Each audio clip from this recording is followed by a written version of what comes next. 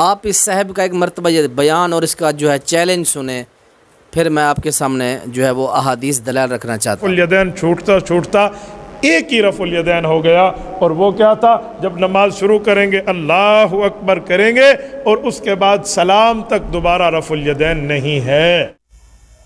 قال رسول اللہ صلی اللہ علیہ وسلم صلوا کما رأیتمونی اصلی، رواہ البخاری۔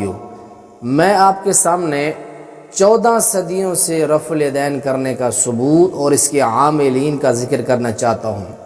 رسول معظم علیہ الصلوۃ والسلام سے لے کر آج تک اس صدی کے اندر الحمدللہ اللہ کے رسول کی اس عظیم سنت کے اوپر عمل کیا جا رہا ہے۔ رسول اللہ صلی اللہ علیہ وسلم سے لے کر 280 ہجری تک رفع الیدین کی جو سنہری کڑی ہے وہ آپ کے سامنے پیش کرنا چاہتا ہوں۔ اس کڑی کو امام بہقی رحمۃ اللہ علیہ نے اپنی سنن بہقی کے اندر بیان کیا ہے۔ وہ فرماتے ہیں کہ محمد بن اسماعیل السلمی رحمۃ اللہ علیہ فرماتے ہیں کہ میں نے ابو نعمان محمد بن فضل کے پیچھے نماز پڑھی تو انہوں نے نماز شروع کرتے وقت رکوع میں جاتے رکوع سے سر اٹھاتے وقت آپ نے رفع الیدین کیا، تو میں نے ان سے اس کے بارے میں پوچھا تو انہوں نے فرمایا کہ میں نے حماد بن زید کے پیچھے نماز پڑھی تو انہوں نے اسی طرح کیا، نماز شروع کرتے وقت رکوع جاتے رکوع سے اٹھاتے وقت انہوں نے بھی رفع الیدین کیا۔ تو حماد سے میں نے پوچھا تو حماد کہتے ہیں میں نے نماز پڑھی تھی ابو ایوب سختیانی کے پیچھے، انہوں نے بھی ایسے کیا۔ جب ایوب سے پوچھا گیا، ایوب سختیانی رحمۃ اللہ علیہ سے، آپ یہ کیوں کرتے ہیں؟ تو انہوں نے فرمایا کہ میں نے نماز عطا بن ابی رباح رحمۃ اللہ علیہ کے پیچھے پڑھی تھی جو امام ابو حنیفہ رحمہ اللہ کے استاد ہیں، میں نے ان کے پیچھے نماز پڑھی تھی، وہ نماز شروع کرتے رکوع میں جاتے رکوع سے اٹھاتے وقت وہ رفع الیدین کیا کرتے تھے۔ جب امام عطا بن رباح رحمۃ اللہ علیہ سے پوچھا گیا کہ حضرت آپ یہ کیوں کرتے ہیں؟ انہوں نے فرمایا میں نے حضرت عبداللہ بن زبیر رضی اللہ تعالیٰ عنہ کے پیچھے صحابی رسول کے پیچھے نماز پڑھی، جب وہ نماز شروع کرتے تو اپنے ہاتھ کندھوں کے برابر اٹھاتے، جب رکوع میں جانے کا ارادہ ہوتا تو پھر بھی اپنے ہاتھوں کو اٹھاتے، اور جب رکوع سے اٹھتے تو پھر بھی اپنے ہاتھوں سے رفع الیدین کرتے تھے۔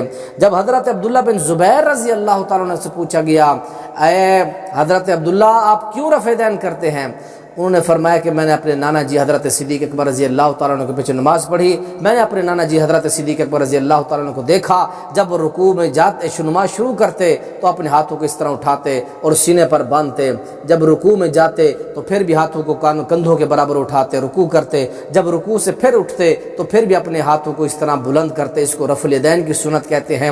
حضرت صدیق اکبر رضی اللہ تعالیٰ عنہ سے پوچھا گیا حضرت جی آپ یہ کیوں کرتے ہیں؟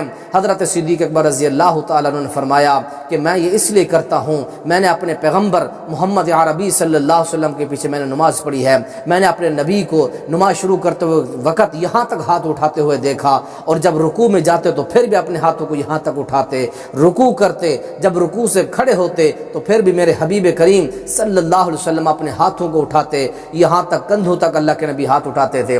امام بہقی رحمۃ اللہ علیہ اس روایت کو بیان کرنے کے بعد فرماتے ہیں السنن الکبریٰ بہقی کے اندر کہ روات الثقات، اس کے تمام راوی جو ہے وہ ثقہ راوی ہیں۔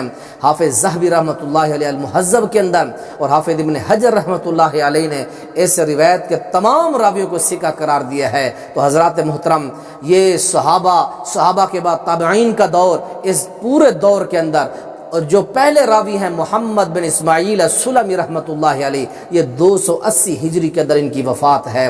اللہ کے نبی سے لے کر سن 280 ہجری تک اس عظیم سنت کے اوپر عمل ہوتا رہا ہے۔ یہ تسلسل میں آپ کے سامنے چلاؤں گا۔